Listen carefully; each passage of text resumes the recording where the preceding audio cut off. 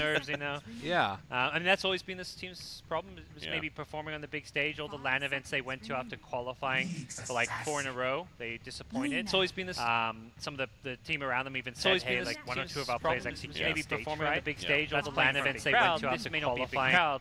They are playing from home or from their boot camp, but it's still, you're playing for TI now. You're not playing to qualify for one of these third-party LAN events, for an epicenter, for a summit, whatever it may be. And against these players, and specifically, like this is probably a lot of the players that Clutch gamers look up to as they were, you know, just starting their Dota 2 career. There might be a little bit of mentality there as well. I think many a Filipino player looks up to DJ. I think Clutch gamer has slayed enough big names. Take numbers on. I mean, what? But it's like more like you look at the resume, you know. Faceless. DJ had an entire packed-out Manila arena chanting his name. Okay. Clutch gamers have only finished, I believe, in last place at the LAN events they've gone. That's I mean, true. just not saying this like to insult. They've qualified for it. They've been one of the dominant SEA teams. So I'm not saying they're a bad team. I'm just saying in terms of international results, these guys definitely would look up to players like DJ. That's for like sure. a higher. I mean, this That's guy these guys have dominated on the TI main stage. So I think there is an intimidation factor in play. And that's like the mental aspect of something that's ubiquitous across sports, across competition. Like I know myself when I was growing up playing a lot of sports, there were certain players that even though it wasn't like a big stage or anything like that, I remember being intimidated by these people because I remember them. And even if it's something where you've beaten them before, I think that intimidation can still stay. But like it's too hard for us to say how does this intimidation will factor in against somebody. We don't know them personally. Maybe they are motivated by the intimidation. They did. They lost game 1. They had they made a few misplays. I think the puck especially. Sure, I agree with that. I think we saw signs. I mean, maybe that was just some misplays. Maybe it was partly because of nerves. But I'm not gonna like do Dota 2 psychology and be like, oh, they lost game 1. These are big names. They're gonna crumble, right? Like that's true. Fair enough. Not my place. I think that's the only thing. I think it was definitely like a contributing factor. All right, so I think Clutch needed to take out like 4 heroes. They need to take out Necrophos, Clock, Tusk, and Pitlord. Unfortunately, they only have 2 bans. So let me talk about Clock and Tusk, because to me, I feel like they kind of do the same thing for the 4 position. You basically walk around against Lina in the mid lane and pressures them super hard. You enable the Bloodseeker, like kind of to actually get kills. I think it was actually Bloodseeker versus Lina in the Execration game that you casted, and it was what Tusk and then another Tusk Punch, right? Yeah. They just kept running at the Lina. Lina couldn't do a damn thing against those kind of support heroes that runs at you. So. Was that the Tusk Ags with the hook as well on the Sven? That was like the icing on the cake. Yeah, that game. I saw that. So they needed to ban out these heroes to protect Lina because I think she's gonna have a very tough time in the mid lane.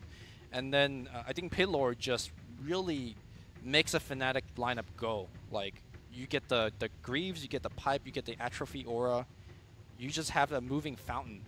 And of course, I think the ultimate allows them to play in a way where they, everybody could take a tower and then just go teleport to defend another tower. That's something that Fnatic had a key emphasis on game 1. They would push towers, but never give up one of their own. So I think Pitlord is going to come up big if they do pick it. Well, Legion picked up for now. Clutch gamers, kind of maybe a slight change up in the sense like a stronger laning hero, something. The Omni Luna draft gave them this big team fight, this big mid game, but we did see them lose the laning stage, and that's something that Legion Commander tends to not do as much. But as expected, Fnatic will pick up the Underlord. Wouldn't be surprised, definitely, if they pick up the Tusk you mentioned as well. These were like the 4 heroes, 2 of which were banned that you pointed out. Yep. Tusk is really good here now. Somebody gets dueled, snowball save, easy. Now Legion just stands there looking a little bit silly. And Clutch can't really take it themselves because Nyx Assassin sort of forms and fulfills the same role. It'd be a really weird dual support combo. With that said, the Tusk has been the 5. It's been DJ playing the hero, so I wonder if that's going to lean them towards more going maybe. Like a different route. I mean, we do see teams that have 2 players that could play Tusk, like Team Liquid, both GH and Kuro could play it. Yep. But yeah, it might be like a player hero comfort kind of thing. So it looks like Clutch is doing something different from game 1. Game 1, they say, okay, let's play within our comfort zone. We're going to go with a team fight thing. And now it seems like Clutch is making the adjustment of, hey, okay, you guys ran over us. We're now going to play basically, the same kind of Dota you play and try to outplay you that way with a more tempo, Lina LC draft. don't know if I like it, to be honest. I think that again, if you start trying to change up what it is that you excel at, like there are parts of it that just didn't feel that. It didn't feel. It felt like there were moments in that last game where Clutch could have pulled it back into their favor. They got out of the laning stage okay, and I feel like if you go to what works as opposed to trying to change it up tremendously. I mean, Keeper of the Light, like all this stuff, it's reactions more to what Fnatic is doing, and Fnatic's still setting the tempo and are the ones that are making the dominant moves around the map. Like even just 3 picks in, I feel like I'm already just going to pick Fnatic to win this no matter what, just because I feel like they're going to play the way that they want to play. And QOPA, that's different. Who's playing the Bloodseeker now? Is this a 4-position Bloodseeker? I think it's Ajit playing the Bloodseeker. Okay. They had one game, I want to say, in the group stages where Ajit actually played it. I don't know if it was Bloodseeker PA, it was Bloodseeker plus something, but I think he did play it once. PA is great against to jump on the Coddle, great to jump on the Lina. The Blinding Light definitely annoying, but later on you will have that likely Deso BKB build. And there we go. Tuss, you mentioned a key utility hero to roam with to enable that mid lane a bit. Yeah, I remember talking on the, I think it was the panel yesterday, or even the first, it must have been last night here for day number 2 Southeast Asia, where Coddle was just unseen. We really just didn't see Coddle at all. And, you know, talk about how Night Stalker was being banned a lot for good reason, so, you know, maybe that could have opened up the doors for him, but just weren't seeing him. But kind of going off of the point that Lyrical is even making, too, that Clutch is almost like they're reacting, they're changing up a bit right here, running a hero like Coddle, one that we haven't really seen much, not only from them, but in general Southeast Asia, just because they're down 1-0 here, and they maybe felt that in game 1 that they just need to do something maybe out of the ordinary, something that they're not comfortable with. So I wonder if that's going to affect things. Wow, a final pick Wisp. Jesus. It's a great Wisp game. I mean, you talk about saves for the Legion Commander Jewel. Well, there is one. It's Dunzo. It's Dunzo Parker. On the draft, you think? Yeah, I think so. It's going to be hard to... I mean, I see Clutch's draft, and I think this is actually a great draft. It's more, it hasn't been what they've been showing. It feels like can they execute it, right? Like, yeah, it's a lineup that they haven't played before. I think Fnatic, this is, I don't want to say a dream lineup for them, because I feel like QO plays both the PA and Bloodseeker. Not to say that Ajit can't play the Bloodseeker, but it's not a hero that he has a lot of experience on. But still, this is like as good of a Fnatic lineup you could want for them. It's just funny because I feel like if you saw these 2 drafts like in a pub game and you didn't see these team names, you'd be like, Clutch. What? You'd be like, okay, the team with the Lina, Legion, Nyx, Coddle, and they're going to pick some like standard meta carry probably here. You're like, that team's going to win. They're versing a Bloodseeker Underlord PA. Like, PA is a pretty weak hero right now. I'm going to say that it takes like a certain player to be really good on this PA. For the most part, PA is a bottom 20% tier hero. This is not a strong hero except in the right hands and in the right draft. This is an Armel Keeper of the Light. I hope they swap. What? All right. if Clutch Gamers win this game, they win the series, but I think that Fnatic very easily win this game. Armel Coddle mid. Is that the Bloodseeker counter? Oh, he's laying against PA first, right? QO's playing mid, I think. Maybe. Honestly, I don't know. Are they not swapping? I mean, QO plays safe lanes a lot of the time. I mean, they swap lanes depending on heroes, I guess. Well, we'll see if they swap Breaky. Fnatic, you had him game 1. You thinking game 2 as well? Yeah, if anything, not even really like looking at the draft. Frankly, I was very impressed by Fnatic again. Didn't get a chance to watch them too much throughout the groups, but they looked very good, and I expect that to definitely continue here. Once again, getting their hands on Bloodseeker, different player playing it, but I'm sure going to do just as well. And I'm excited for the Underlord. Underlord's always been a hero that I've wanted to see more of, take advantage of that Dark Rift especially. And I'm expecting that here from Fnatic, so Fnatic 2-0 for me. I love these guys, but they can't even pick their heroes right. Like their hands are shaking. It's over. I don't know. If they win this game though, then I think that they win the series. You can't like showing that they can play 2 different styles that effectively. I'm gonna go with them there, but I think that Fnatic have this. All right. Well, thank you very much, gentlemen. We'll be helping us on the game too. It looks like they've swapped some of the heroes back to where we thought they would end up, Lumi. Lina's on the mid, but Fly Solo still has the Ursa. I think you can swap after loading in. We'll see. I hope you can. Or else we're going to need a remake or something. But, I mean, you can't, I don't know if you're allowed to remake for that reason, but Fly Solo is on Ursa.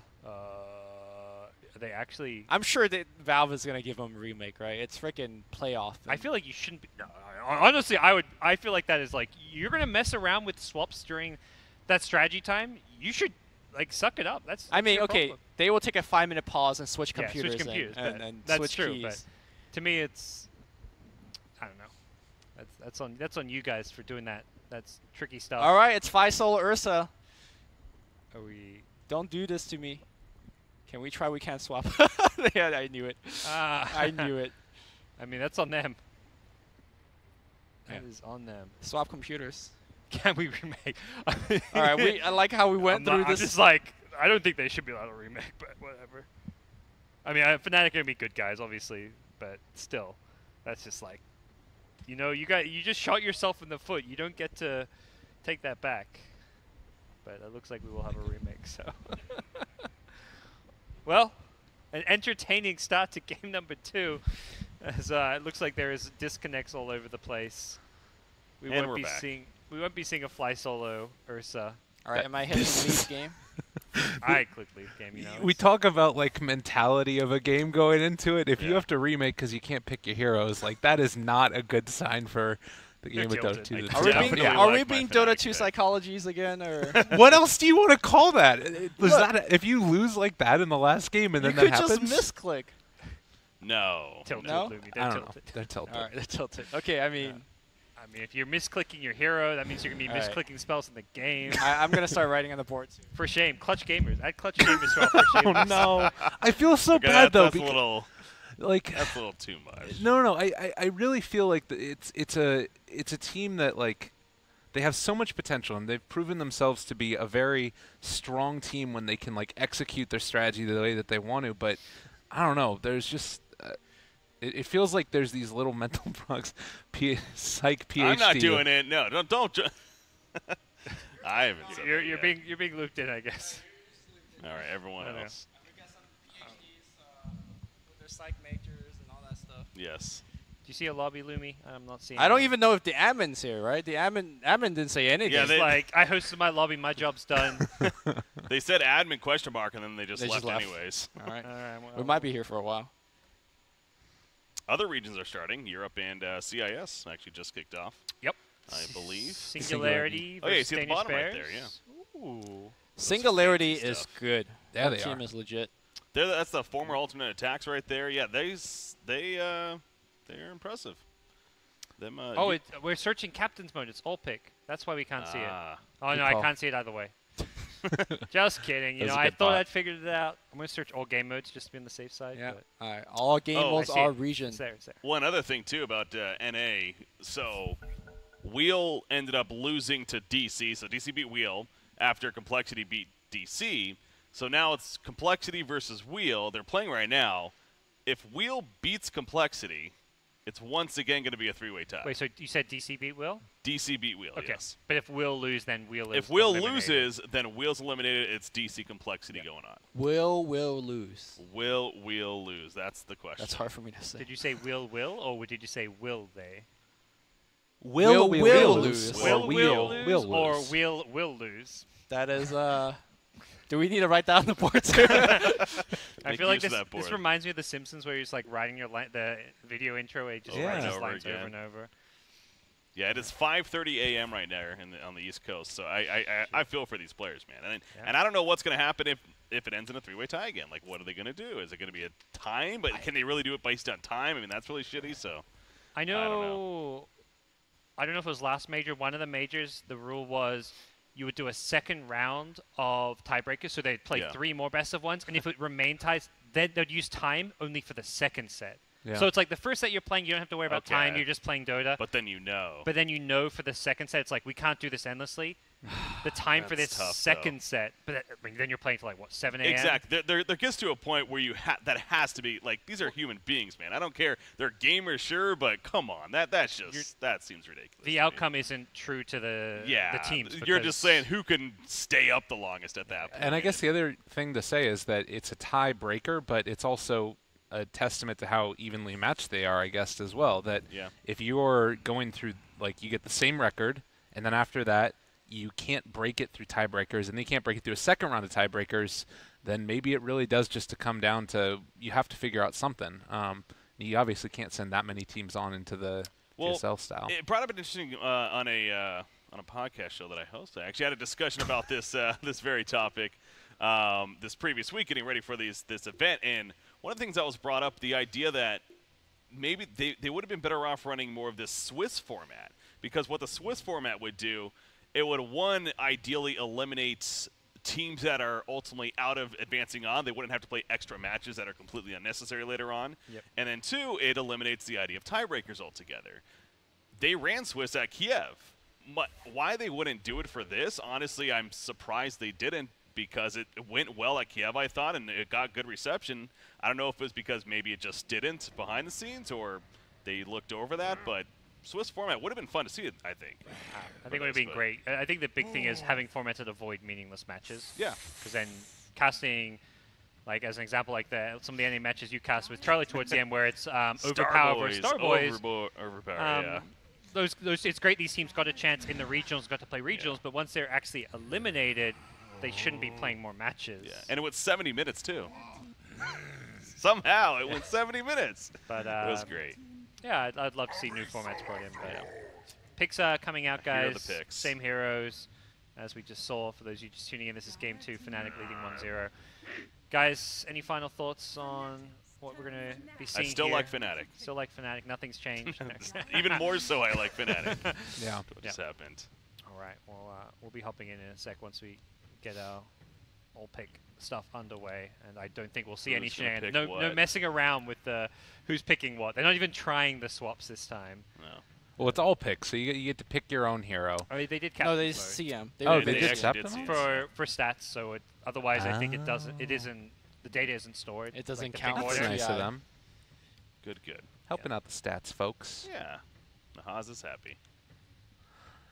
Well, I think that oh man, that's cool. We got it up right here as well. Oh. I think that it's a little bit tough. I looked at the TV. I'm like, it's not. Yeah, that's a What? Whoa, that's some magic that right is, there. Picture in picture, man. Induction. Awesome. Well, what I would say is that I think that it also is kind of a kick in the teeth for Clutch for tomorrow, that they're going to have to go down, and then maybe it will give them a whole day. They can see their two teams that they're going to have to face off against if they do lose this tomorrow, and likewise if somehow Fnatic also do.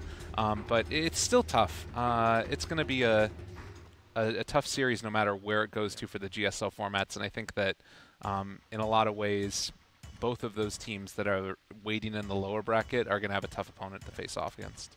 Well, Lumi, we've been talking about psychological advantage, the experience, the mispicks, and now the towers. They got these giant towers in their face. Tower That definitely. That does it. These guys are mentally ruined. Well, after actually, those towers. they have the same size as towers. Yeah, but did you see how many level I advantage did. it was? I did. Okay. Yeah.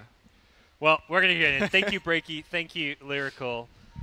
Time now, Lumi, for game number 2. Fnatic, 1 game away from. I playing can't. the I don't TI. know if I could be serious with all these tower discussions and mental things and whatever. But Clutch Gamer this time around does not do the patented 5-man smoking. That did not work last time. So Gotta mix it up, I guess. yeah. I mean, you're also trying Neither to team does. do level 1 smoke gank where your only stun is Nyx. Yep. Right. Probably not the. For not the best one. Fnatic, they've got a cast. Well, last time it was like a pit lord, and there was a ultra kill on the witch doctor. Although I think the witch they had doctor was not a. That a Tuss was the key hero. Right, I think right. with Tuss, you definitely can go for that 5-man smoke. Be it Snowball or Ice Shards, both great for that. All right, we're gonna see that the Korean mid lane with the IO feature on the mid lane. He's also tether broken some trees, looking to start some stacks. Oh yeah. Break some more trees. There you go. Ancient stacks would come in. They haven't really got the best stack farmers by any means, but definitely capabilities for like a Firestorm to slowly chew away at them, or a Blood Right. Will be the mid PA you mentioned. So pressure onto Armel's Lina is going to be the name of the game. We've seen Fnatic just be kings of the mid lane with some of their unconventional QO heroes. The Bloodseeker, the PA. This mid lane has been a tough time for Lina's Quops and Pucks, the more traditional meta mid heroes. So the one thing I do want to talk about this dueling miss situation is because of the Phantom Dagger, Stifling Dagger, excuse me, cast range nerf onto QO, and because this is a duel lane, he might be like somewhat delayed to getting that harass onto Lina until somewhat later.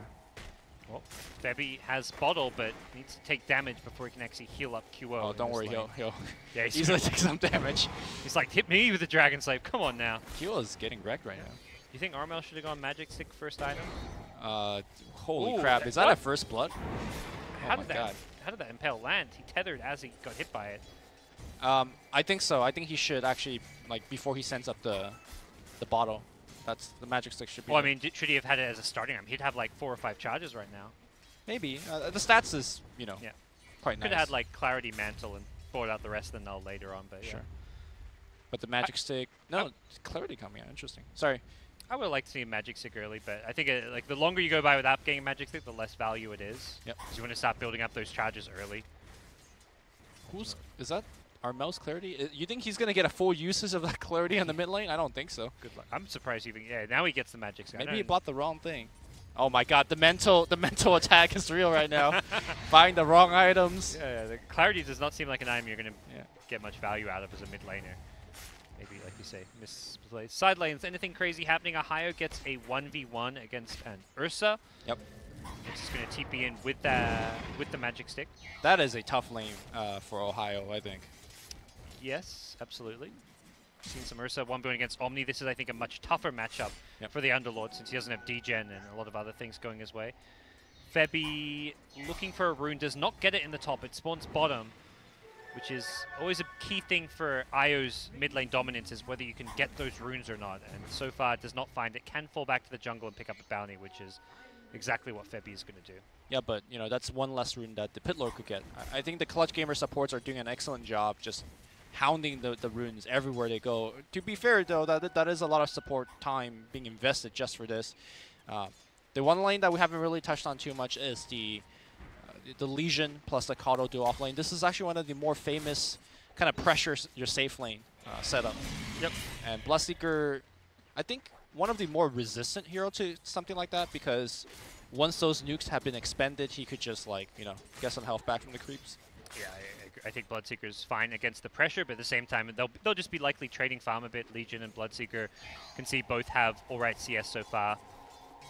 Top lane, Underlord also CSing just fine so far against the Ursa. It's actually Ursa who's getting harassed quite a bit, salving up for now. That's the last of his regen for the time being. Febby gets impaled. Is the LSA going to be there? No, he's got a level 2 Dragon Slave, but QO just blinks in aggressively. Febby does not have a tether as a result. Dagger's coming off cooldown right now. Not going to go press for it. I really love that decision by QO.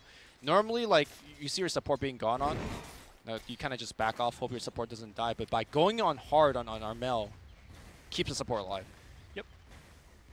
Will still be, I think, Fnatic kind of on the back foot as a result. QO is taking quite a bit of harass. Io has to go back to base to heal, but Io will come back. He'll TP in with a salve or even just bottle charges. QO should get healed up in no time. I think what this is actually doing, with the Nyx constantly sitting in mid, is forcing Io to mostly stay in lane and not stack, which kind of will limit Febby's item growth and experience growth down the line. So even though right now, it looks all fine and dandy for Fnatic, this is not their plan A, they're not getting to do the stuff that they want to be doing.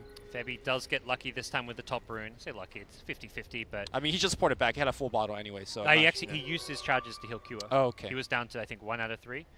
And now he and gets Nyx was actually too. camping his bounty rune, but Febby will get an invis into a bounty rune, and then probably come back mid and look for some further aggression on Armel's Lina. For now, bottle queued up.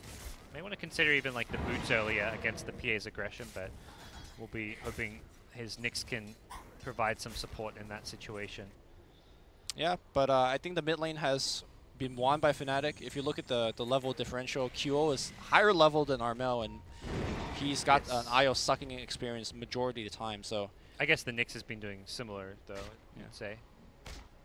But for now, yeah, definitely Fnatic winning this mid lane. Kind of been the story. We talk about Fnatic, they want to win the lane. See, Clutch Gamers normally more the mid-game team fight, but this time they have drafted more of a lane-oriented lineup with the Coddle plus Legion lane especially. But it doesn't really feel like they've dominated the lane. At the same time, it does feel like you see the CS, it's almost even across the board in all 3 lanes. Yeah. Witch Doctor, decent CS as a support though. Some jungle neutrals, I imagine, mostly the CS he's been picking up. Yeah, he's been doing a lot of pulls.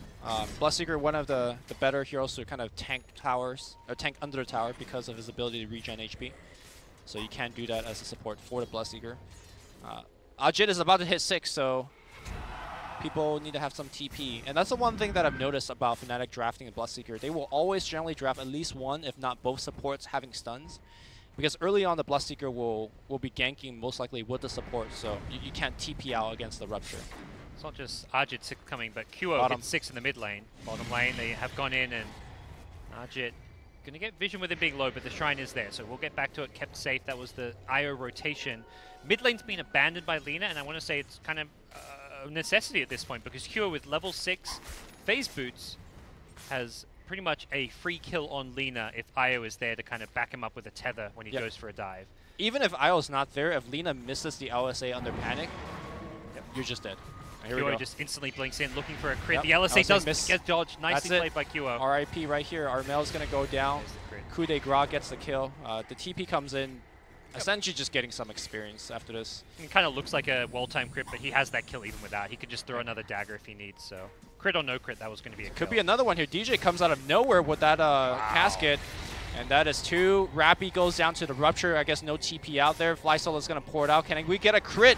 Don't need one here. It looks like they will lose IO on the way out, maybe lose QO. Okay, that was salvage right there. Yeah, Lina gets a double kill by herself. Solo experience and gold for the 2. Instantly gets 800. That is almost worth it for clutch gamers in the end. With the if the bottom lane Bloodseeker doesn't get a kill, I think you're looking at it actually being a win for clutch gamers. Wait, Bloodseeker didn't even use Rupture for that kill. He just ran him down. He got all the movement speed and damage from the mid lane probably because they were so low. And I think that was a big part of him being able to find a kill. You know, that's one aspect that you could never practice for in pubs because it's pubs. Like in this, I'm pretty sure as QO went on, like, you know, bottom lane also got wind of it, and Ajit just said, yeah, let's go. I could get a kill here as well. You do get practice in pubs. You got a Legion Commander jungling on red HP, and that's true. This Bloodseeker has permanent, like, max thirst. Those are not the practice that you want, though. yeah, it's, like, unrealistic, because everyone's always just like, oh, I'm low HP, it doesn't matter. And then, meanwhile, the enemy, the mid, versing the Bloodseeker's like, guys, please, use some salves. But it stands... good early game for Fnatic, sees them with a net worth lead. Pretty sizable one considering we're just 8 minutes in. Yeah. And PA and Bloodseeker topping the net worth charts. Good farm on them. QO will be rushing Desolator. Definitely a player you expect to go all in on the aggression and the early game dominance. So I don't watch a lot of Underlord play, but I am surprised by the fact that he did take a point into Dark Rift. Normally you don't see this level up this early, I want to say. I think most people opt for, let's say, an extra point of atrophy or even the Pit of Malice. But we'll see how he kind of uses that point, if he does indeed use the point. Especially right now when he's so far just been farming. If that changes, like if you want to go as 4 or 5, push a tower, and then ulti to a shrine. I think that's exactly what you're doing right now. Ohio is very low, though.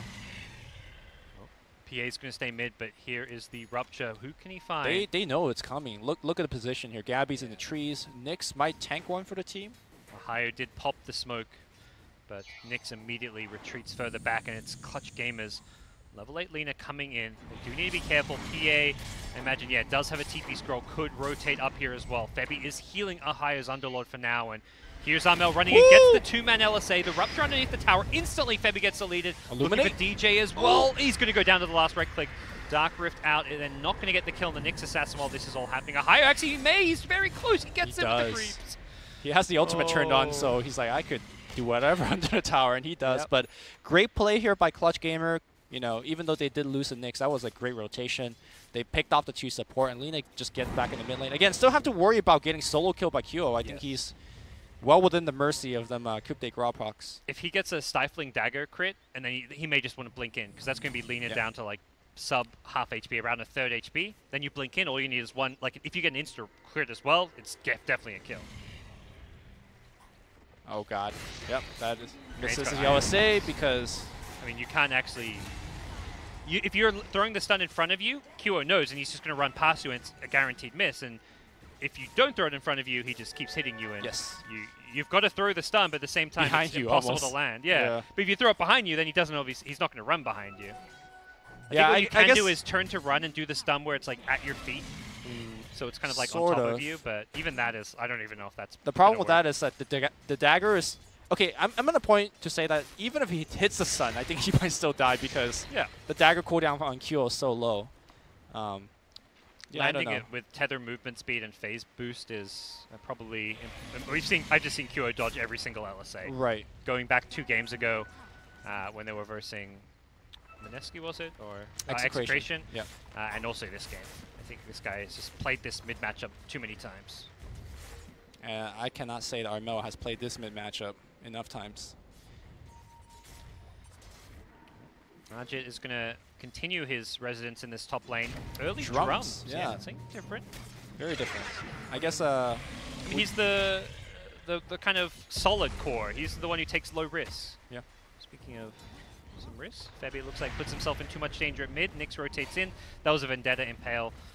So straightforward kill. But I think considering Ajit's playstyle and how he fits alongside QO, going for like a drums into Bottom. BKB build makes sense. we're going to see Rappy looking for a duel here. Ohio, is he going to flight mode out? I think they could kill him during the flight mode. Duel's going to come out here. The root coming through. A little bit of sustain. Oh my god, to get out! That was close. He almost got the kill on Legion as well. Wait, Ohio ported up top. Interesting. To the shrine, I guess. Maybe I think he managed to wanted to click the shrine, but not the end of the world. He is quite farmed on that Underlord. Mid lane, they've gone in aggressive. They found Nyx. Get the tower as well. DJ getting the last hit on that one. We'll get his level 6 from these creeps, I believe. There we go. Now Deathward comes into play. He's gone for the max Maledic build. Good at dealing with the Legion in lane, and will give them a lot of damage output as well here in the mid game, but not really what you'd normally expect out of a Witch Doctor. Rotation coming up top here, and Fnatic could run over this Kato before they even push the tower. He just put a defensive ward, so he does see it coming. He's going to have to port out right now. In fact, they're going to look to trade towers. I think this is probably the smart move here by Clutch Gamer. I also want to talk about the item choice for Lina. I think the Bloodstone build is not the build this game. You need a way to defend yourself against a Keeper of Light, or not Keeper, the PA. And I think something like a Yule Scepter is just better. With that said, though, maybe he's expecting to get some pressy attack and Blinding Light to help him out, so there's also that. Oh, they're going to defend bottom while looking to take top. That's what they do best, man. Yeah, we saw this last game. They take towers while defending towers. Cask onto 2. Say goodbye and good night to Rappy as well as Gabby in the bottom lane. Looking for a return kills is Lina. QO getting low, gets brought down. Dragonslave is there. Arjit, though, pretty fast. Can chase this one down. Armel needs another nuke. He gets the stun. Nicely played. That's as a kill. Dragonslave, he's going to get this kill. Ooh. Oh, he goes down to the Witch Doctor, though. The Death Ward kicking in. Boombacks gets rooted up as well. DJ has mana for a Cask in just a second with the Magic Stick. Nothing to bounce to, and it looks like that will be the end of that. Nice turnaround from Clutch Gamers to at least equalize the kill exchange in bottom, and they killed the cores. It's just, well, 2 of the cores. Underlord and Witch Doctor surviving a win in gold. It's not over yet. We're going to have Monolith to actually get off a stun on Ohio, I believe, and that's going to set up the duel. That is going to be another one. DJ now this time around does the rescue. Maybe not going to be enough here. Ooh, but the PA coming back in. That's going to be a big one. Looking for the kill on Boomback. Does get the run. The Roots resetting again here. Now they're going to go on the left side. Kato just dies the secondary hit. But again, Lina back in the fight. I believe that was a recall in on the Lina. Armel now will be silenced up. He's going to just stand here and TP, or now TP canceled. Okay. Maledic is on him, but a very tanky Lina that you cannot go on. Now it's going to be DJ perhaps getting a little bit isolated. Blink Dagger coming off, cooldown 1 second from Ursa. Blinks forward. The Shrine will not get activated. A triple kill on Gabby. And our psychological PhD was doubting the fact that Clutch Gamer could outfight and outgame Fnatic, but that's exactly what they did. 2 fights in a row. Maybe we need to see some PhD revoked because... There's still a lot of Dota to be played, Luke. I mean, they did outfight. Well, they definitely outfought. I think this is like the perfect time for them to be grouped as 5 taking fights, because this PA is at that stage where just Desolator, I don't even think she had the Ogre Club for that fight. No. You're super squishy, and this is where you cannot be alone. You don't want to play a game where PA is going to find pickoffs with Desolator, because then the BKB comes up. This is the stage where you can actually punish QO. He's got Deso with no BKB. You need to basically be grouped up, and anytime he goes in, stun him, burst him down. And we saw QO die 2 times back-to-back there. Yeah, I think Fnatic needs to take care of the Lina at the beginning of the fight because they are relocating for other people, and it's good that you get those other people killed. Boomback, by the way, hunting Febby. Febby will go down. Great stuff. Because if you don't go for the Lina, She just outputs so much damage that it just makes the fight not worth it. Boombacks will get the kill. Rupture on the back line here, and I do believe Armel will take him down. They're going to try to take one down with him here. Gabby will pop his ultimate, but his ultimate will now end. He needs to get some help right now. Shrine, not going to even be close enough. Well, I don't know if Rappy and Fly Solo wouldn't be here as well. Luckily for them, the Stifling Dagger was not in range thanks to the Blinding Light. QO. To run. He's in hot pursuit. Relocate. Uh-oh. Definitely a dead call, Fly Solo runs to the other direction. Oh, what? Dagger? Okay, misclicked the neutral. It definitely could have caught Fly Solo, I want to say. He's fast. That is a lucky break. Fast with the Trenkles, but you can like blink to your IO and then throw a dagger there. Oh, they're recalling again. I think they want to keep on pressuring and fighting. Very interesting. Okay. I mean, as said, this is a small window pre-BKB where you want to fight QO. And if he gets an Aegis, then the pre-BKB phase is not a phase where you can really actually try and punish it. But can you fight him 5v5 though? They are forcing one right now in the pit. They put the Blood Rage onto Roshan, and that means guarantee kill. It really feels like this Underlord hero is so key for QO to be enabled. He's this big 5v5 specialist who gets a mech, who gets a 4-staff, gets these items to just frontline and bail QO out of bad situations. Yeah. Or just like allow them to fight again and again, which the mobility is very key. Again, we don't have ever time to talk about strategy, but a quick thing about the keeper pick, it does two very important things in this game. It, of course, allow them to defend if it does come to that. It looks like it will. The second thing is that it really limits what Thirst can do for the Bloodseeker. Pop the Monolith, and it looks like he is leveling up the Monolith, which is quite early normally. But you pop that stuff on the Bloodseeker, and Thirst not helpful when you're just going to get stunned every time and lose all your mana in the process.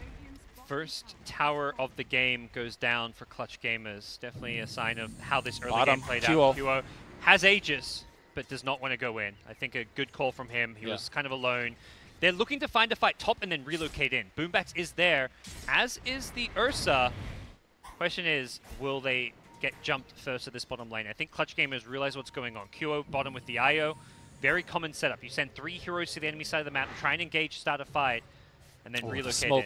The smoke. They want to actually get QO. This is bold. They have Aegis, they have defensive relocate. You need to find the backline here. And in fact, they do. They find the IO. Can they burst him down? Yes, they can. The Lina is in position, but QO, though, gets the 1 kill. LSA will not land again. He's going to try to TP out. Any crits? No crits. They will lose another.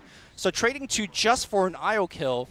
And you got to keep in mind, this is a lineup that says, all right, we got a favorable trade. Let's go get some building. So these are very costly fights. And just fighting in general is something that you kind of keep mentioning Fnatic love to do. They've got this Dark Rift that enables them to just fly around the map. They had 3 top. It's actually, they've got 2 IOs on the team. IO can bring the PA top. At the same time, Underlord can bring not just himself, but the 2 teammates bottom. So wherever there's a fight, Fnatic can show up with the entire team. Bottom here. Looks like Boombacks does find Febby again. Can he get off the kill before he tethers away? Pops a magic wand. Blink. Overwhelming odds. Will get the job done. They are doing a very good job making sure they kill the IO every single time, which is key. Blinking in. Blinding light, though. Doing some work. The RNG doesn't look like it. All right, and now he's... Okay, loses a bunch of his mana, but... Still in fighting shape with 180, though. Blink duel? Who's he going for? He wants the supports, but he doesn't get close enough, and that's going to be a dead Legion Commander, I've got to imagine. Yep. The Blood Right will zone out the entire team. Oh my god, 2 crits in a row. He does have his ultimate turned on. He's just back in. He gets 4 staff away from the Lina as well. Okay. They are playing and positioning so well. QO just wants to keep on diving. Fly Solo cannot stand up to this Desolator. Oh my god. QO decides not to dive the base. This is the new QO. The QO that doesn't dive bases QO. You know when he backed off earlier when he went into 3? Yeah. I had the same thought in mind that this is his new QO. The old QO would have just went and lost his Aegis. This Fnatic, you know, I think they've had a dent to their confidence because they have not had results as a team. They're about to have results right now, man. Yeah, they are 1 game away from getting to TI. I mean, that's the thing. They failed to qualify for LAN after LAN in SEA. Well, TI, end of the day, none of that matters if you're at TI. And that is exactly what Fnatic are very close to doing. Clutch Gamers need to find a way to turn this one around. It's still a very small gold deficit. Yep. Just a bit above 3,000 gold separating the 2 teams. QO does have Aegis, but that's going to be gone in a minute and a half. Problem is, it's now been replaced, or at least for now, added to by a BKB, so he can continue to play aggressive. And a very hard hero to deal with. This is like the most pub strat ever, but It's That's QO. That's QO. And we don't mean that in like a negative form, right? It just takes the ultimate. This reminds me like Dota 1 Navi, just like run at you and just fight you on the tower, kill you on the tower, and make it look real swaggy while doing so. I mean, more recently, the Dota 2 MVP. Right. I mean, that was QO. That is QO, yeah. Some different teammates, not the all-Korean team anymore, but it's to me, this is very much a similar playstyle. I think Ahaya is perhaps playing slightly different to like what Forev used to do, but as a whole, I feel like Arjit is filling in that MP stable carry role, and QO able to just play as aggressive as he wants. It's on the high ground. Boom back. Okay. Press the attack. They bring him low. Yeah, okay, he's got the Aegis. I'm not sure if they want to commit onto QO. Here comes the Guardian Greaves, the mech, everything healing each other back up the urn as well. Already used the glyph. This tower may just go down. Okay, Impaled's gonna hit LSA, just blowing up the creep wave. The Blood Rage. Oh my god. Blood Rite, excuse me. So annoying. Just forcing all of the reposition QO constantly being juiced back up. Here comes the Luminate. That thing's not maxed right now. Rappy looking for the duel, not going to find it. Aegis down. That was also the last urn charge, so they can't actually continue to heal QO up, and they'll back off, but good damage dealt. Yep. Tier 3 tower would have been ideal if they could start taking those shrines, but ultimately Fnatic know their limits and do back off. I'm looking at the wars right now on Clutch Gamer. I wonder if those are a bit overzealous. They were good when they were placed. You know. Yeah, I'm seeing what you mean about that. Yeah. Okay, a couple key things for Clutch Gamer to do right now. Rappy needs to find his blade mail because so far he could only go for the supports. Could maybe start thinking about some of the cores if he does have blade mail. Still though, I don't think he could win the blade mail duel against the PA if the IO gives the defensive heal and the overcharge. So he's still in a very tough situation. Second, look for pickoffs. If you could just break them up, prevent the 5-man group up, then you have a good shot, but it's tough because relocate and the Dark Rift. If you go for pickoffs, you need to go as 5, and that's exactly what they've done. Smoked up. They're going to find the IO and the PA. He does get the BKB off, so he should survive the duel. This is what happens after. QO is going to get a kill. The Madman, he won't stop. He's looking for Armel. He goes invis. Do they have detection? The sentries there. Armel jumped on by QO, turns to the stun. Oh no! Down goes the Lina. Bloodstone charges lost. QO is not done. Oh, the crits are coming out right now. 3-for-1 exchange. It was the buyback. It was the dieback. But it doesn't matter. The IO is picked for QO. As long as he doesn't die, it's okay. All for QO. Yep. QO for himself. Let's say QO for all. No, QO is all about QO is bring a W to the team, right? Yeah. So QO for all is fine. And now we're going to see a tier 2 push. Everyone is just gunning for these crypts, gunning for these towers. And they draw the line up top. They want to basically get rid of the backdoor protection and just run straight top for the tier 3. And I think tier 3 is really the building they really want. Or are they backing off? Play it safe. The respawn soon on Ursa, perhaps a little bit spooky. And also Lina alive very early with the Bloodstone charges. So they're going to back off, probably play around next Roshan, I guess, Lumi. Okay.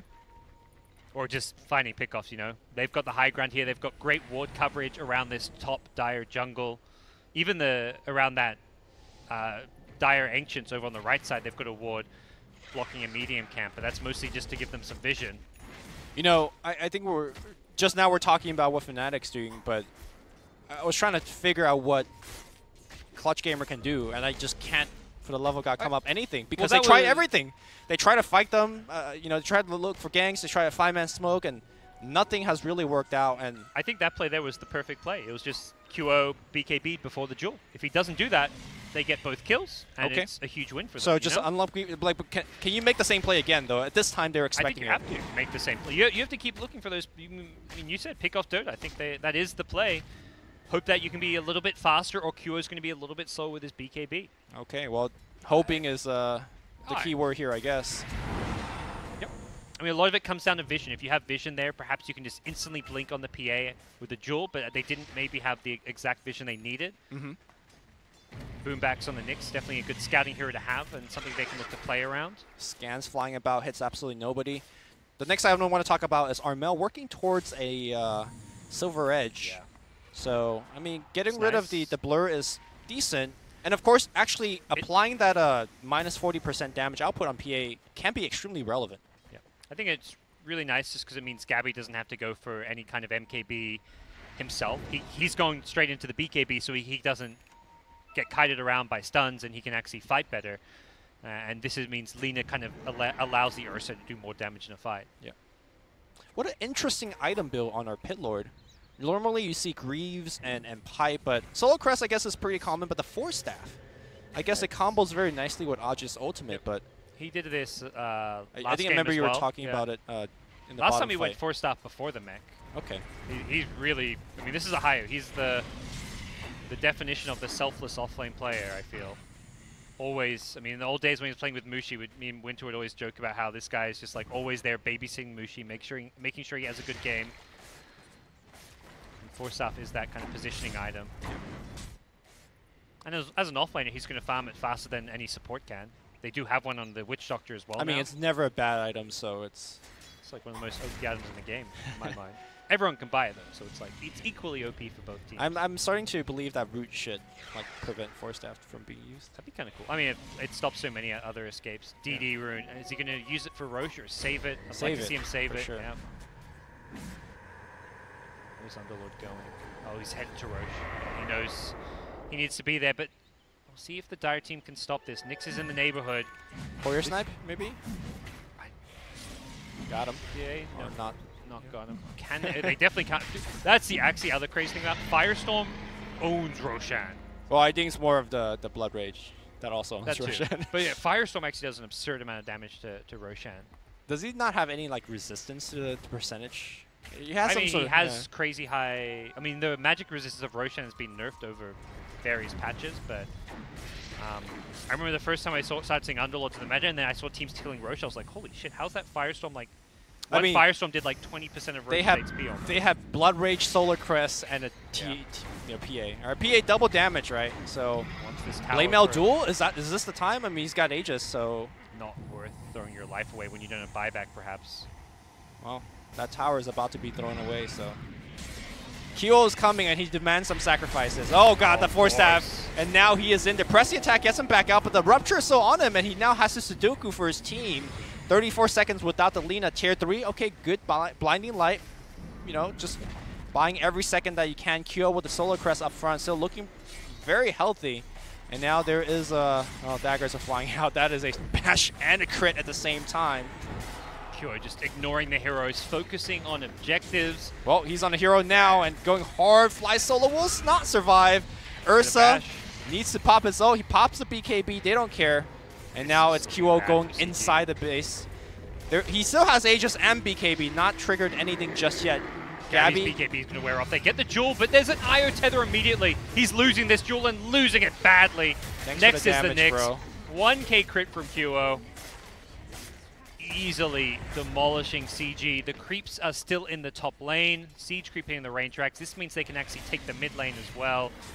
And I don't think they're going to stop here. 2 melee racks advantage. At this point, Fnatic have a commanding lead. I think that smoke gank that they did on QO, and he activated the BKB. Yeah, it was an unfortunate, you know, quick reaction by QO, but I think that was it for Clutch right there. Now, and it was one of those things where even if it worked, it was still like they were behind. Well, they needed that to work. Yeah, they needed it to work, and then even then, they would still be playing from behind. Fnatic's just Roshan positioning advantage meant PA with Aegises and like cheese to back him up, IO cheese potentially, or whatever it may be, is just insane. All right, they're going to go for Ajit instead, but I don't know if they've been taking name. Ajit has not been the one. It's QO. QO blows up the backline Lina. He's not done. He gets a double. He's going for the triple, and GG's called. Fnatic are going to Seattle, you know, alongside TNC. I got to say, Clutch Gamers are my boys, but Fnatic is playing some godly Dota right now. Fabi Dota, says Armel. He's definitely been a big playmaker on that 4-position role. I'm happy to see Fnatic back at TI. It felt like this entire year has been lackluster from them. They were a dominant team on the international stage for all of like the last TI calendar year. They finished, I think, top 6 at every single mate.